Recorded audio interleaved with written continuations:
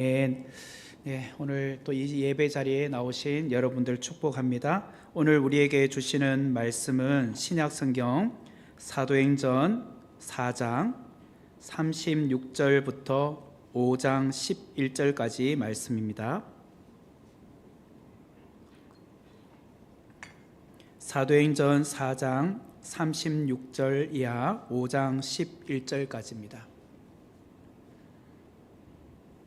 제가 봉독해 드리겠습니다. 구브로에서 난 레위족 사람이 있으니 이름은 요셉이라. 사도들이 일컬어 바나바라, 번역하면 위로의 아들이라 하니, 그가 밭이 있음에 팔아 그 값을 가지고 사도들의 발을 앞에 두니라. 아나니아라 하는 사람이 그의 아내 삽비라와 더불어 소유를 팔아 그 값에서 얼마를 감추매 그 아내도 알더라. 얼마만 가져다가 사도들의 발 앞에 두니 베드로가 이르되, 아나니아야, 어찌하여 사탄이 내 마음에 가득하여 내가 성령을 속이고 땅값 얼마를 감추었느냐? 땅이 그대로 있을 때에는 내 땅이 아니며 판 후에도 내 마음대로 할 수가 없더냐? 어찌하여 이 일을 내 마음에 두었느냐? 사람에게 거짓말하는 것이 아니요 하나님에게로다.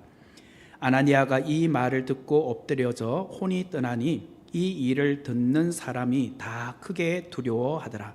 젊은 사람들이 일어나 시신을 싸서 메고 나가 장사하니라.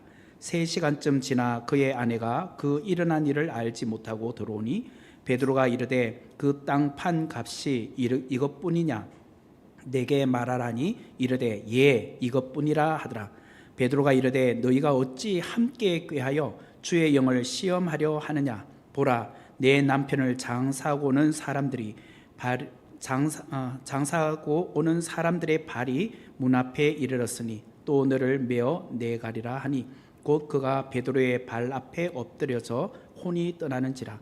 젊은 사람들이 들어와 죽은 것을 보고 메어다가 그의 남편 곁에 장사하니 온 교회와 이 일을 듣는 사람들이 다 크게 두려워하니라.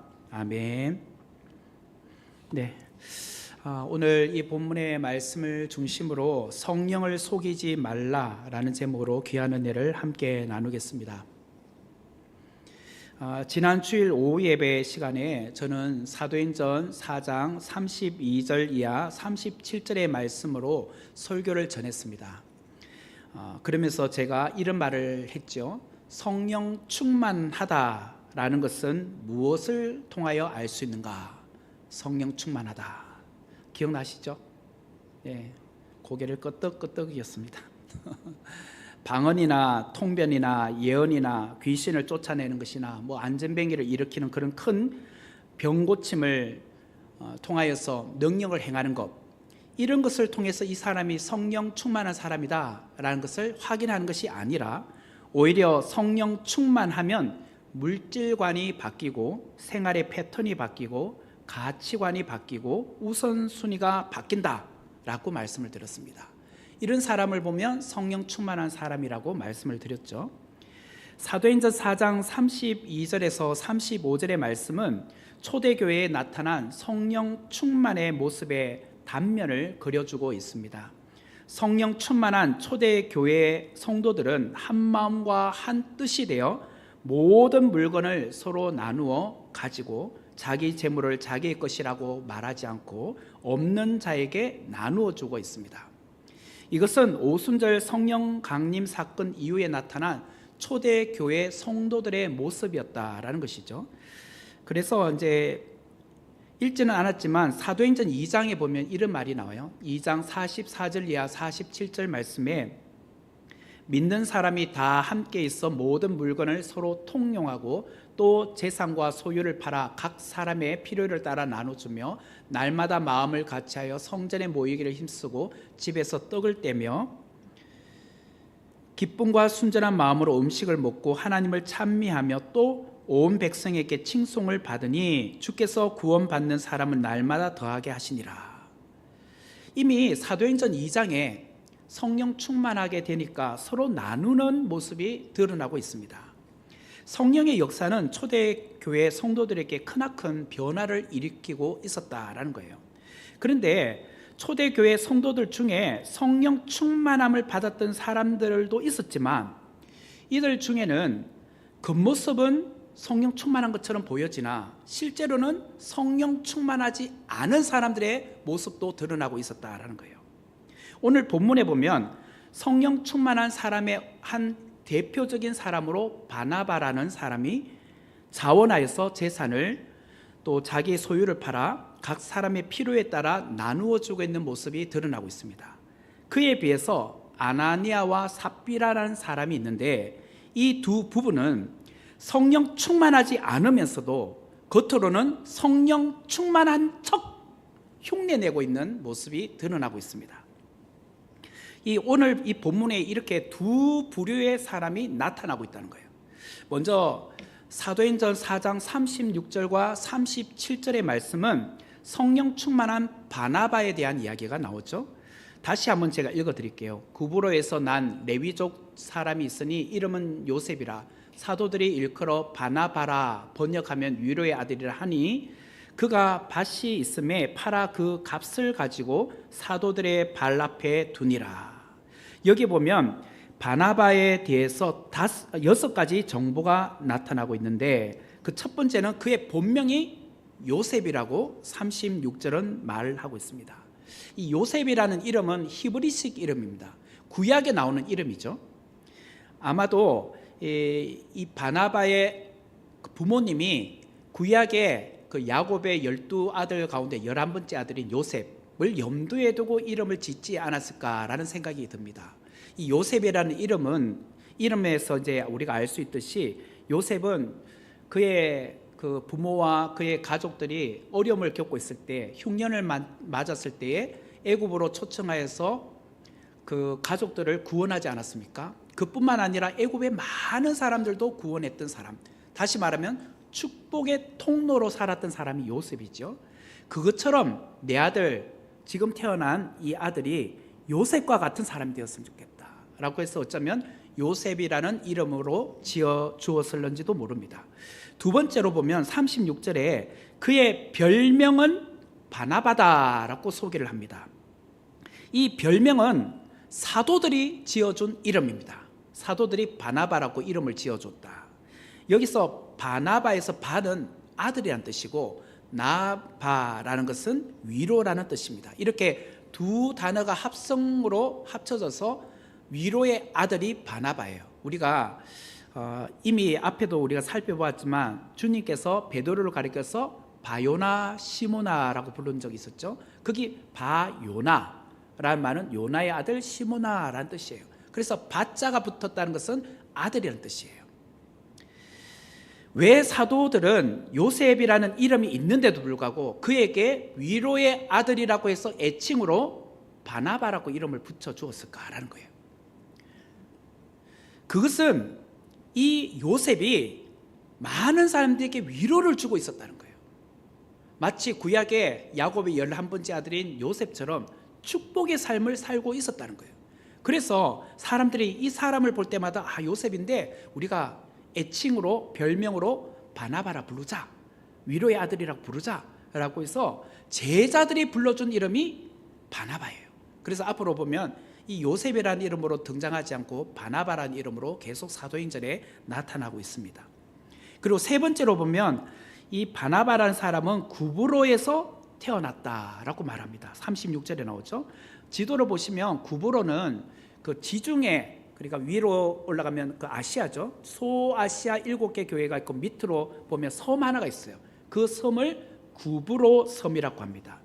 오늘날로 뭐 영어식으로 말하면 키프로스 혹은 사이프레스라고도 하는데 구브로가 바로 그 섬에 있습니다. 거기에서 태어난 사람이 바나바인데, 다시 말하면 이스라엘 본토에서 태어나지 않은 디아스포라 유대인이에요. 해외파 유대인이라는 거예요.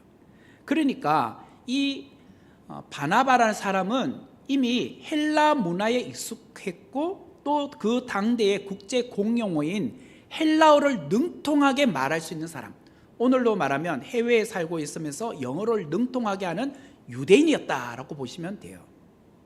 네 번째로 36절 말씀에 보면 그는 레위족이다라고 소개를 합니다.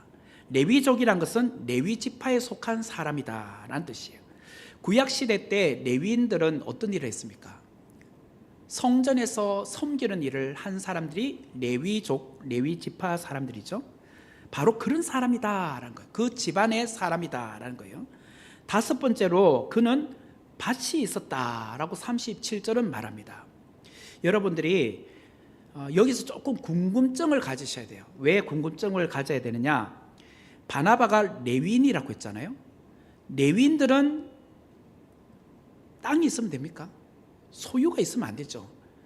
우리가 구약의 말씀에 보면 레위인들은 땅을 기업으로 받지 못한다고 분명히 언급을 하고 있습니다. 민수기 18장 20절 말씀에 보면 여호와께서 또 아론에게 이르시되 너는 이스라엘 자손의 땅의 기업도 없겠고 그들 중에 아무 분깃도 없을 것이나 내가 이스라엘 자손 중에 내 분깃이요 내 기업이니라. 하나님 자신이 너의 분깃이 되고 너의 기업이 되겠다. 그래서 레위인들은 사실은 땅을 분배받지 않았습니다. 다른 지파에게 분산되어서 흩어져서 그곳에 가서 그들이 준 어떤 지역에 국한되어서 살게 되었습니다. 그러면서 그 지역에 있는 지파 사람들이 11조를 내면은 그 11조를 가지고 살아가던 사람들이 바로 레위인들이었어요.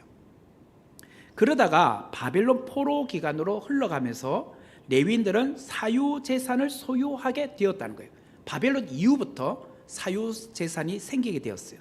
특별히 바나바는 구브로라는 그곳 이방 땅에서 태어나서 자랐는데 이곳 구브로라는 곳은 구리 광산이 굉장히 유명한 곳이었다는 거예요. 구리로 많은 것을 거두들이며 부를 축적한 지역이 바로 이곳인데 아마도 바나바가 그런 이유에서 그곳에서 부유한 사람이 되지 않았을까라는 생각을 합니다. 어떻게 됐든 바나바는 이처럼 재력가가 된 것 같아요. 또 여섯 번째로 보면 37절에 그는 밭을 가지고 있었는데 그 밭을 팔아서 그 값을 가지고 사도들의 발 앞에 두었다라고 소개를 합니다. 여기서 중요한 것은 바나바가 강요에 의해서 밭을 판 것이 아니라 자발적으로 자원하여서 밭을 팔아 그 값을 가지고 사도들의 발 앞에 갖다 주었다고 하는 거예요. 그는 자신이 헌금한 물질을 나중에 다시 되돌려 받아야지 그런 생각도 전혀 하지 않았어요. 그 헌금 사용의 권한을 오로지 사도들의 손에 맡겼다는 거예요. 다시는 내가 헌금한 돈에 대해서 관여하지 않았다는 거예요. 그냥 전적으로 사도들이 알아서 집행하겠지 하고 거기에 일임을 했던 사람이 바나바다라는 거예요. 그렇다면 어떻게 바나바가 이런 행동을 할 수 있을까? 자기의 밭을 팔아서 그 값을 사도들의 발 앞에 갖다 줄 수 있었는데 어떻게 이런 행동이 나올 수 있었느냐 말이에요. 지난 시간에 말하지 않았습니까? 제가 한 사람의 예를 들면서 그거는 성령 충만했기 때문이라는 거예요. 성령 충만했기 때문. 그 이야기가 사도행전 11장 24절에 나와요. 사도행전 11장 24절에 보면 바나바는 착한 사람이요 성령과 믿음이 충만한 사람이라 이에 큰 무리가 죽게 더하여 지더라. 단지 있잖아요. 착한 사람이기 때문에 그냥 돈을 가지고 사도들의 발 앞에 가져온 게 아니에요. 단지 착해서 그런 게 아니라 그 다음 말이 중요하잖아요. 성령과 믿음이 충만했다라고 말을 하고 있죠. 성령과 믿음이 충만하니까 물질관이 바뀐 거예요. 자신의 삶의 가치관과 우선순위가 바뀌게 되었다는 거예요. 부자라고 해서 하나님께 더 많은 재물을 하나님 앞에 헌금으로 드릴 수 있을까요? 없습니다. 하나님께 헌금을 하는 것을 보면 이 사람이 성령 충만한 사람인가 믿음이 충만한 사람인가를 볼 수 있다는 거예요. 감리교회 창시자 요한 웨슬리, 지난 시간에도 제가 말씀드렸지만 다시 한번 설명을 드릴게요. 사람만 거듭나는 것이 아니라 지갑도 거듭나야 한다. 당신의 지갑이 회개하지 않으면 당신은 진정으로 회개한 것이 아니다. 제가 분명히 말씀드렸죠.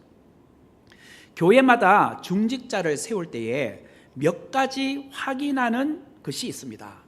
중직자를 세울 때 어떤 조건들을 보잖아요. 이분이 주일 성수 제대로 하는가, 그리고 교회에서 어떤 사역을 감당하고 있는가, 이것도 보죠. 그 중에 또 한 가지는 11조 생활을 제대로 하고 있는가를 봐요. 중직자로 세울 때 11조 생활을 확인한다는 것은 얼마나 이분이 많은 돈을 11조로 내고 있는가, 그 액수를 확인하기 위함이 아닙니다.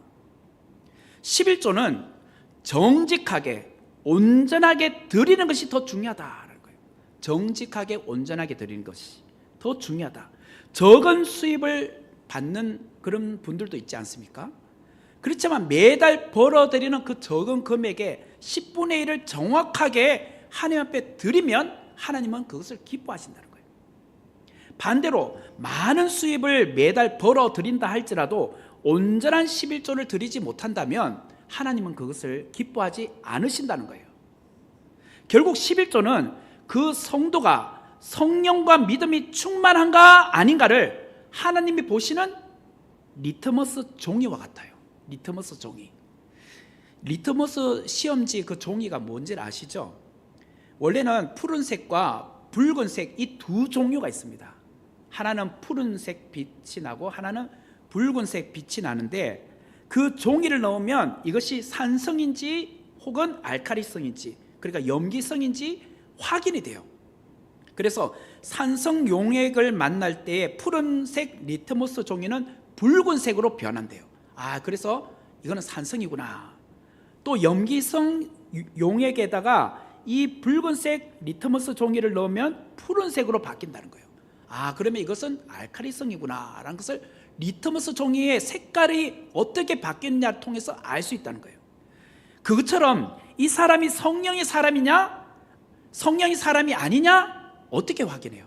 우리가 그 중에 여러 가지 척도가 있지만 그 중에 하나는 이분이 제대로 하나님 앞에 헌금 생활을 하고 있는가, 11조 생활을 하고 있는 것을 보면 이 사람이 성령 충만한 삶인가 아닌가를 볼 수 있는 하나의 기준점이 된다는 거예요. 사도행전 5장 1절부터 11절의 말씀을 보면 바나바와 같이 믿음과 성령이 충만한 사람이 아닌 반대의 경우가 소개되어 있습니다. 이 사람은 아나니아와 삽비라인데, 이거는 이 두 사람은 성령 충만한 척 했던 사람이에요. 리트머스 종이에 했더니 색깔이 안 변했던 사람들이에요.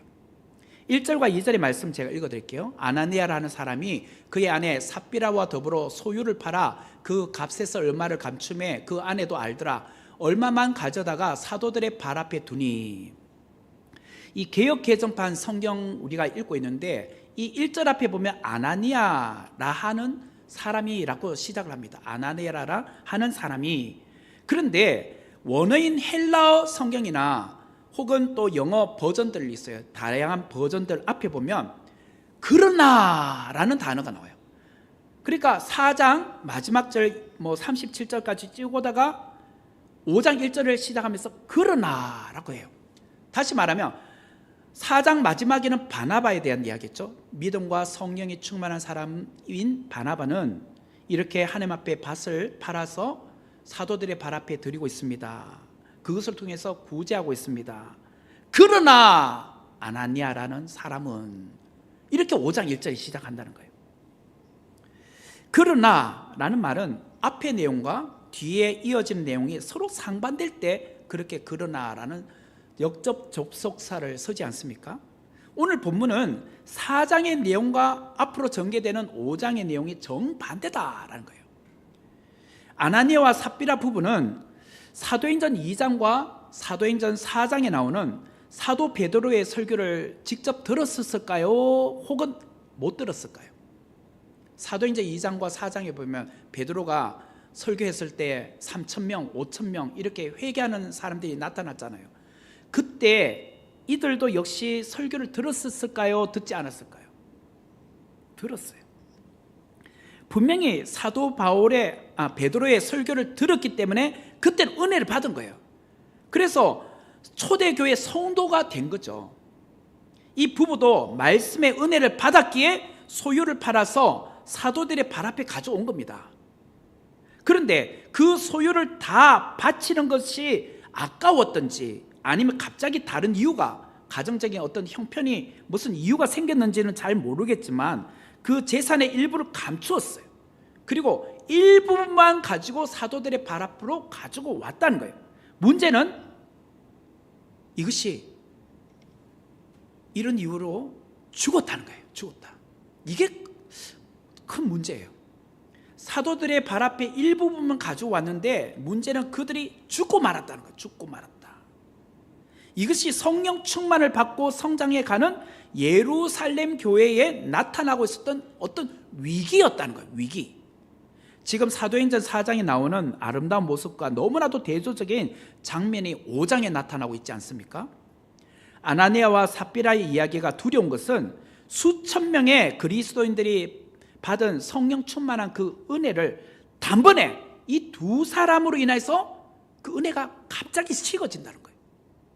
더구나 교회 밖에 다른 세력이나 다른 집단들에 의해서 일어나고 있는 사건이 아니라 교회 안에 있는 사람에 의해서 일어나고 있는 이야기란 거예요. 그래서 더 심각하다는 거예요.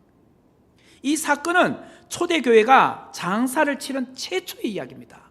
사도행전 1장부터 쭉 살펴보다가 처음으로 장사 지내는 이야기가 나와요.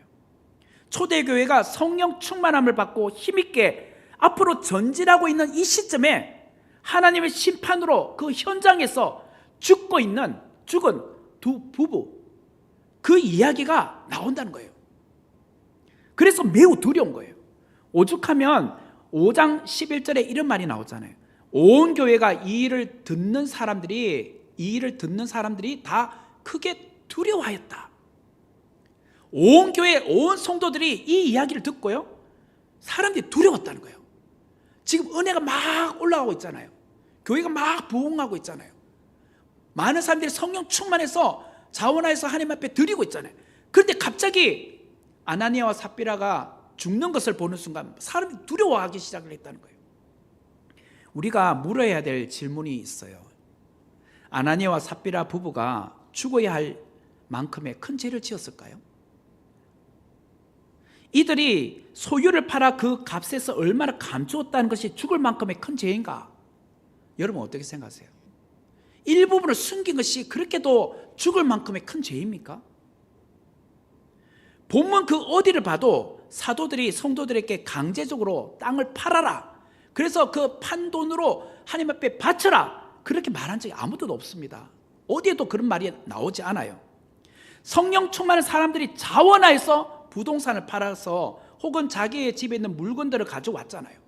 개 중에는 어떤 사람들은 땅을 팔지 않는 사람들도 있었습니다. 심지어는 하나님 앞에 드리지도 않았어요. 11조로 혹은 그 물건을 판 것을 가지고 사도들의 발 앞에 가지고 오지 않는 성도들도 있었습니다. 그렇다면 아나니아와 삽비라가 왜 죽어야 합니까? 죽어야 될 이유가 무엇이냐 말이에요. 5장 3절에 그 이유가 나와요.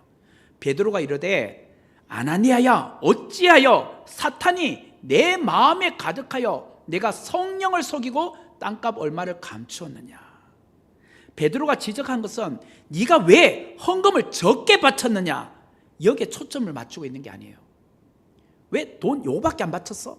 이 말을 하고 있는 게 아니라, 땅을 판 사람들은 땅을 팔지 않는 사람들보다는 더 결단력이 있고 더 대단하지 않습니까? 그래도 아나니아와 삽비라는 땅을 팔았잖아요. 전액은 아니더라도 어느 정도 일부분을 가지고 나오지 않았습니까?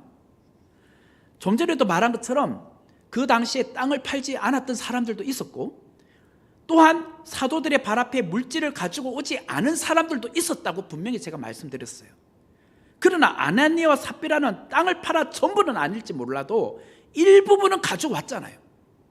아예 물질을 가지고 바치지 않은 성도들에 비하면 오히려 조금이라도 하나님 앞에 가지고 온 이분들이 더 귀한 거 아닙니까? 오히려 칭찬을 해줘야 되잖아요. 그럼에도 불구하고 죽었다. 이게 문제예요. 우리도 형편에 따라 마음이 바뀔 수도 있죠. 자, 예를 들자면 아내랑 이번에 추수감사절이 다가오니까 추수감사 헌금, 자, 우리 50만 원 드리자라고 아내랑 상의를 했어요. 그런데 점점점 추수감사주일이 다가오면서 가정의 형편이든 어떤 여건을 보다 보니까 이 50만 원이 조금 부담스러워지는 거예요. 그래서 아내랑 액수를 조금 조정해서, 야, 그냥 이번에 그냥 50만 하기로 했지만 30만 원 줄여서 20만 원만 하자. 자, 그래서 20만 원을 냈어요. 액수를 수정하고 조정하고 줄였기 때문에 죽을 죄입니까? 그렇게 따지면 물질을 아예 안 낸 사람은요, 가난한 사람들은요, 그러면 무서워서 어떻게 교회 다닙니까? 무서워서 어떻게 헌금 생활을 합니까? 그러므로 아나니와 삽비라 사건은 원래 바치려던 금액의 물질에서 마음을 받고 일부만 바쳤기 때문에 죽었다? 그렇게 단정하시면 안 돼요. 물질을 줄였기 때문에 일부분만 바쳤기 때문에 죽었다? 그렇게 말씀하시면 안 된다는 거예요. 여러분, 하나님을 그렇게 보면 인색한 분으로 보잖아요. 궁색한 분으로 우리가 생각할 수 있잖아요. 하나님 그런 분이 아니세요. 하나님은 우리가 물질을 가져와야지만 부유해지는 분입니까? 하나님은 원래부터 좀 가난했는데 물질을 가져다 줘야지만 조금 더 부유해지는 분이 하나님이신가요? 그렇지 않잖아요. 온 우주 만물이 하나님의 손에 의해서 지어졌잖아요. 뭐가 아시오 우리에게 물질을 요구하시겠습니까? 안 가져와도 아무 문제 없습니다. 하나님은 우리의 마음을 보시는 분이에요. 물질의 주인이 누구인지 우리로 제대로 알기를 원하시는 분이 하나님이시라는 거예요. 5장 3절의 말씀 다시 보면 베드로가 이르되 아나니아야 어찌하여 사탄이 내 마음에 가득하여 내가 성령을 속이고 땅값 얼마를 감추었느냐. 여기서 아나니아와 삽비라의 문제가 나타납니다. 그 문제는 성령을 속였다라는 것이 문제예요. 단지 물질의 전체를 드리려고 하다가 일부분만 드렸다라는 것이 문제가 아니라 성령을 속였다는 것이 문제예요. 만약 그가 물질의 양을 줄여서 바친 것 때문에 문제가 되었다면 베드로는 이렇게 말해야 돼요. 야, 네 처음에 드리기로 한 물질이 예를 들어서 1,000만 원이라고 합시다. 1,000만 원 그 금액 그대로 1,000만 원 내야지. 왜 500만 원 깎고 500만 원만 내. 지금이라도 회개하고 500만 원 더 추가로 내. 이렇게 권면하면 되잖아요. 그렇게 타이르고 다시 기회를 주면 될 거 아니에요. 그것이 죽일 죄냐고요. 죽을 만큼의 큰 죄냔 말이에요. 아니라는 거예요. 베드로는 아나니아에게 분명히 말했잖아요. 5장 3절에 어찌하여 사탄이 내 마음에 가득하여, 사탄이 내 마음에 가득하여. 이 말이 뭘까요? 아나니아와 삽비라의 마음속에는 사탄이 충만했다는 거예요. 사탄이 충만했다. 가득했다는 말을 달리 말하면 충만했다. 사탄이 마음이 가득하니까 성령을 속이게 되고 땅값 얼마를 감추게 되었다는 거예요. 처음부터 땅값 얼마를 감추고 싶어서 감춘 것이 아니라 사탄이 가득하니까 마음속에 성령을 속이게 되더라는 거예요. 그래서 돈을 아까워하고 숨기게 되고 그렇게 되더란 거예요. 결국은 사탄의 존재를 여기서 알 수 있어요. 사탄은 어떤 존재냐?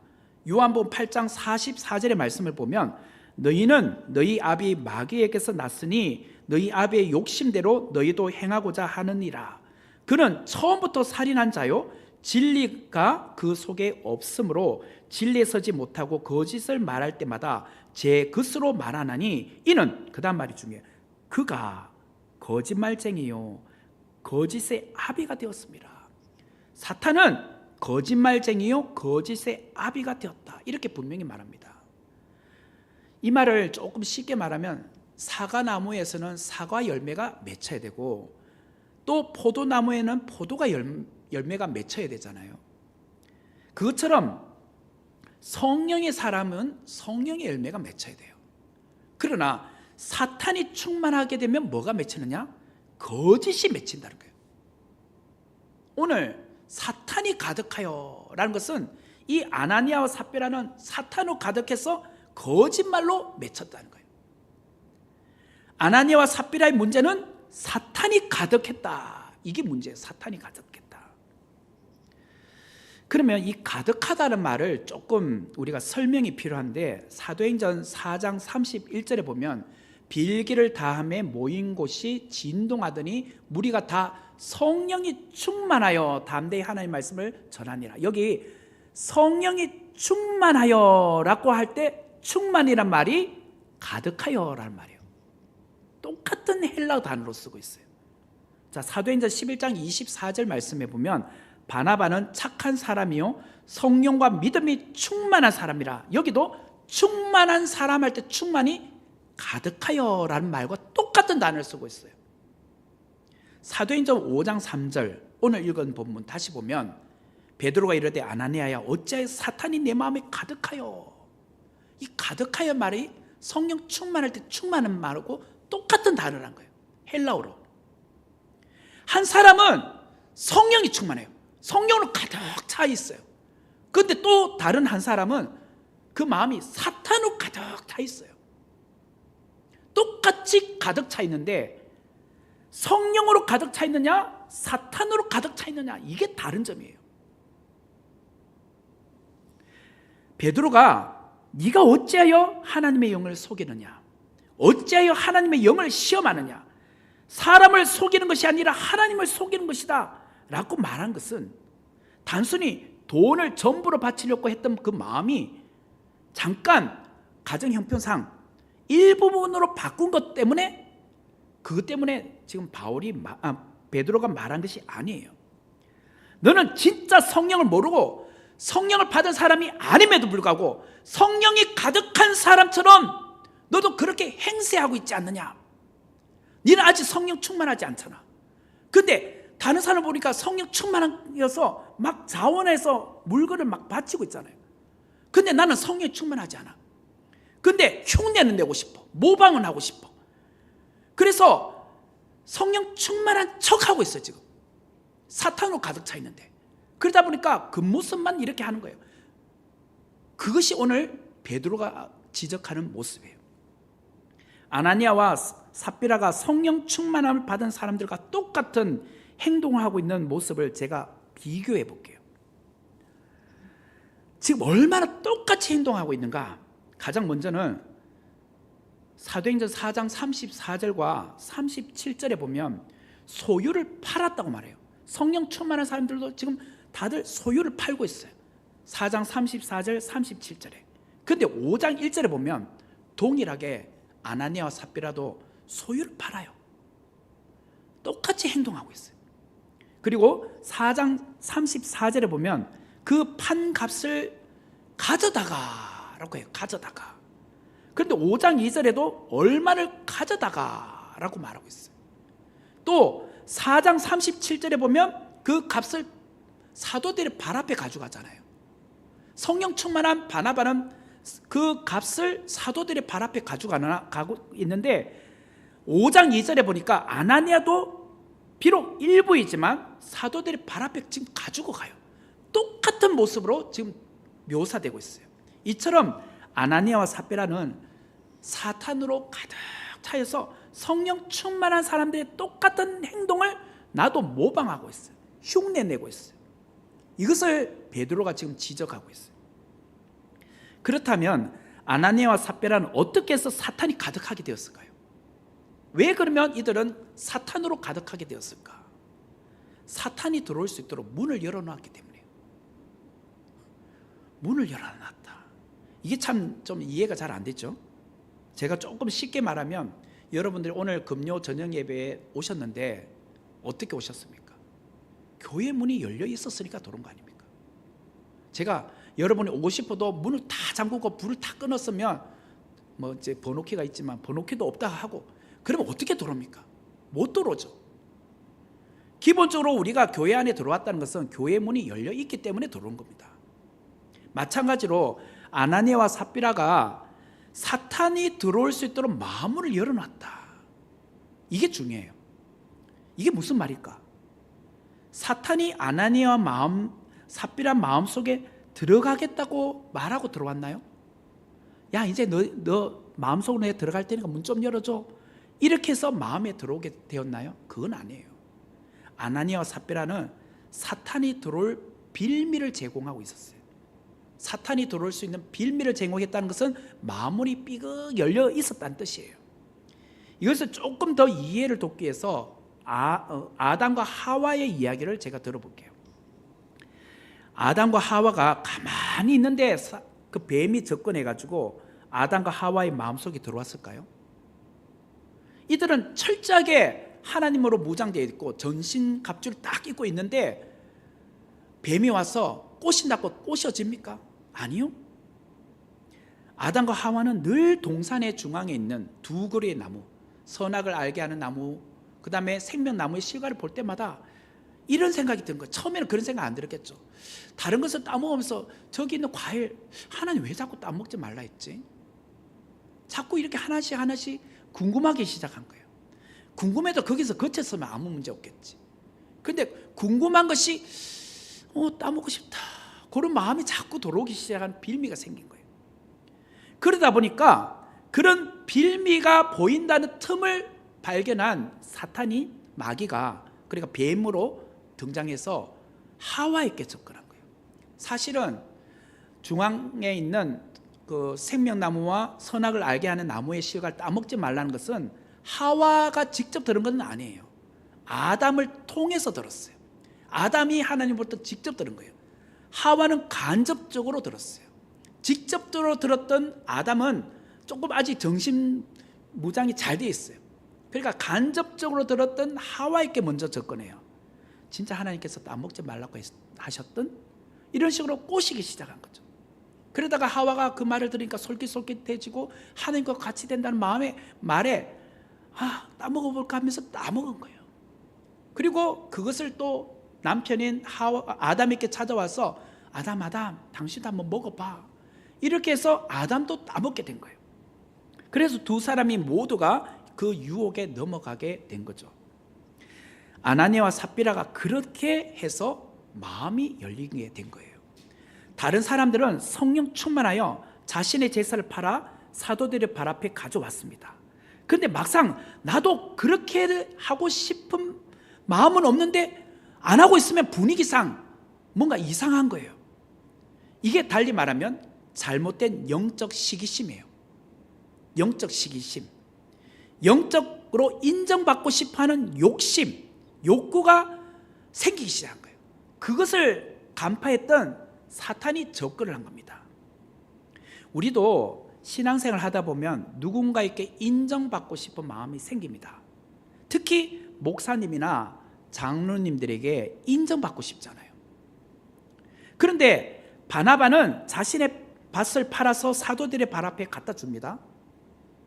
그 모습을 보면서 많은 사람들이 바나바는 정말 대단해, 와 정말 믿음이 대단해, 커, 뭐 이런 식으로 칭찬을 하고 있는 것이 아나니아와 삽비라가 듣게 돼요. 그러면서 어떤 마음이 드느냐? 영적 시기심이 들어오기 시작한 거예요. 자기는 그렇게 하기 싫은데 시기심이 막 발동하기 시작하니까 성령의 이끌림에 의해서 그런 행동이 나온 것이 아니라 사람에게 잘 보이고자 하는 마음에서 사람의 인정을 받고 싶어서 자기도 밭을 팔아 비록 일부였지만 일부를 감추었지만 사도들의 발 앞에 그냥 가져오는 거예요. 다른 사람들은 모르잖아요. 내가 전액을 내겠다는 뭐 생각했는지 아닌지 아무도 모르잖아요. 그때 이들은 하나님을 바라본 것이 아니라 사람들을 바라봐요. 나 이만큼 헌금을 했어? 하고 보기를 원해요. 지금. 봐, 나도 이만큼 액수로 건축헌금 했어? 그러면서 건축헌금, 작정헌금에 예를 들자면 1,000만 원, 자기 이름이 딱 나타나기를 원해요. 은연중에 자기가 부각되기를 원했던 거예요. 실제로 1,000만 원 내고 싶은 마음이 없었어. 그렇지만 남을 의식하기 시작하다 보니까 자기 형편과 처지를 생각하지 않고 그냥 질러보고 마는 거죠. 그리고 나중에 또 다 내지도 못해요. 교회를 섬기다 보면 우리 안에 아나니아와 삽비라 병에 걸릴 수 있습니다. 아나니아와 삽비라도 병이에요. 병명이에요. 병명. 누구나 아나니아와 삽비라 병에 걸릴 수 있어요. 누군가와 비교하면서 영적 시기심을 가지면 그 사람은 아나니아와 삽비라 병에 걸린 거예요. 사람에게 인정받고 싶은 영적 욕구가 생겼다? 그 사람은 지금 아나니아와 삽비라 병에 걸린 거예요. 괜히 사람들의 눈에 보이는 곳에서 교회 사역을 열심히 하는 모습 보여줘요. 나 이렇게 열심히 하고 있어. 그런데 없으면 안 해. 굳이 또 많은 사람 보이는 앞에서 손을 걷어 올리고 하는 척해. 나는 이만큼 열심히 하는 사람이야, 나는 이만큼 헌금을 하고 있는 사람이야 하면서 나팔을 스스로 불어요. 스스로 자랑해요. 이게 누구냐? 아나니아와 삽비라 병에 걸린 사람들이에요. 사단은 우리 안에 누군가와 비교하는 마음과 인정받고 싶은 마음을 모를까요? 알죠. 영적인 존재인데 왜 모르겠습니까? 그러니까 그 틈을 노리고 들어오는 겁니다. 목사도 아나니아와 삽비라 병에 걸려요. 동기 목사님하고 이렇게 만났을 때 동기 목사님 교회에 사이즈를 물어보기도 하고, 너 교회는 몇 명 모여? 그러면서 서로 간에 비교하고 있다. 근데 그 동기 목사님의 순수한 그 모습이 아니라 교회 사이즈로 그 사람을 평가한다. 그러면 내 안에 사탄이 와 있는 거예요. 들어와 있는 거예요. 아나니아와 삽비라 병에 걸려 있는 거예요. 우리는 누구와 비교해서는 안 되잖아요. 영적 시기심이나 영적 인정을 받고 싶어하는 욕구를 가졌어도 되지 않잖아요. 오로지 누구만 바라봐야 됩니까? 하나님만 바라봐야죠. 예수님만 바라봐야 되는 거 아닙니까? 나를 위하여 죽기까지 사랑하셔서 나를 구원해 주신 예수 그리스도의 십자가 은혜만을 바라봐야 하는 것이 아닙니까? 그러면 열등감이나 인정 욕구에 대한 마음을 내려놓을 수 있는데, 우리가 예수님을 바라보지 않고 바나바를 바라봐요. 바나바. 그러면 어떻게 될까요? 교회 안에서 자꾸 흉내를 내고 싶어요. 저렇게 안 하면 나도 인정 못 받나? 저렇게 안 하면 안 되나? 그러면서 흉내만 내고 있어요. 흉내만. 그 사람이 헌금을 내는 그 동기, 저 사람이 사역을 하고 있는 그런 것을 통해서 내가 동기부여를 받고 그런 것이 아니라, 그런 모습에 나도 하는 척하면 저런 사람이 되나? 라면서 나도 모르게 자꾸 그런 모습만 보여주고 싶어 하는 거예요. 그러다 보면 순수함이 없어요. 헌금을 내는 기쁨이 없어요. 여러분, 헌금할 때 오로지 하나님에게만 하셔야 돼요. 하나님만 보고 계시다. 내가 얼마를 헌금하는지 여러분 스스로가 나팔을 불 필요도 없어요. 나 이만큼 헌금 안 해, 나보다 헌금 많이 내는 사람 어디 있어, 그렇게 자랑할 필요도 없어요. 또한 헌금을 많이 내는 사람에게 집중할 필요도 없어요. 우리는 자꾸 누군가가 헌금을 많이 내지 하면 자꾸 그 사람만 바라보게 되잖아요. 그러지도 말라는 거예요. 우리 모두 하나님만 바라보라는 거예요. 교회는 몇몇 성도가 헌금을 많이 내어서 운영될까요? 아닙니다.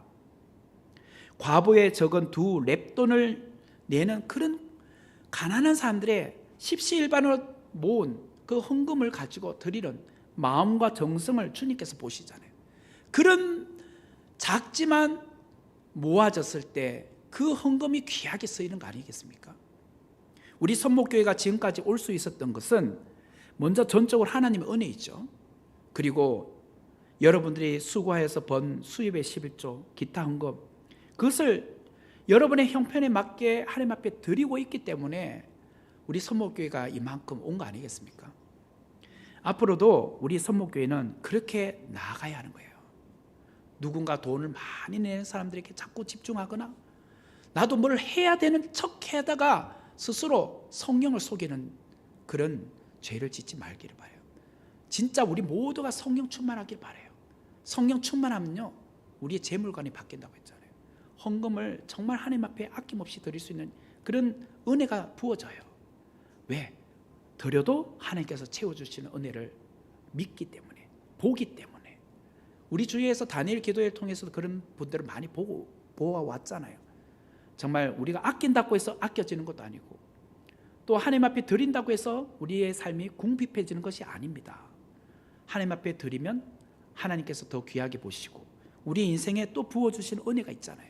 그것을 우리가 믿고 바라볼 때 우리 선목교회는 더 하나님께서 기뻐하시는 교회가 될 줄 믿어요. 그러므로 우리 모두가 성령을 속이지 말고, 또 사탄으로 가득한 것이 아니라 성령 충만하여서 믿음으로 우리가 교회를 세워가고 믿음으로 우리 교회의 한 공동체가 되기를 주의 이름으로 축원합니다. 같이 기도하도록 하겠습니다. 은혜로우신 하나님, 오늘 이 귀한 말씀을 통하여 우리 안에 영적으로 시기심이나 영적으로 인정받고 싶어하는 그런 욕구가 있었다면 주님 내려놓습니다. 오로지 하나님만 바라보며 또 하나님의 뜻 안에서 우리가 말씀의 은혜 받고 성령 충만한 자로 자원함으로 주님 앞에 드리며 자원함으로 주님 앞에 시간과 또 우리의 삶을 드리는 그런 하나님의 존귀한 자녀들 되게 하여 주시옵소서. 예수님의 이름으로 기도하옵나이다. 아멘.